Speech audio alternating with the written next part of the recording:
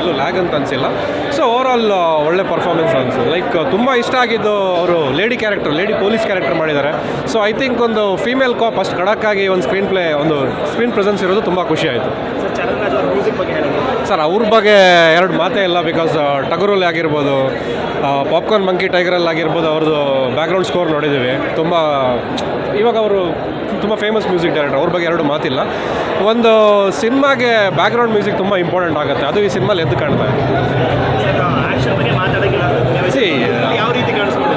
ಇದು ಆ್ಯಕ್ಷನ್ ಅಂತ ಹೇಳಿದ್ರೆ ನಿಮಗೆ ಸುಮ್ಮನೆ ಒಂದು ನಾಮಕಾವಸ್ಥೆ ಆ್ಯಕ್ಷನ್ ಅನ್ಸಲ್ಲ. ತುಂಬ ರಾ ಆಗಿ ತೆಗಿದ್ದಾರೆ.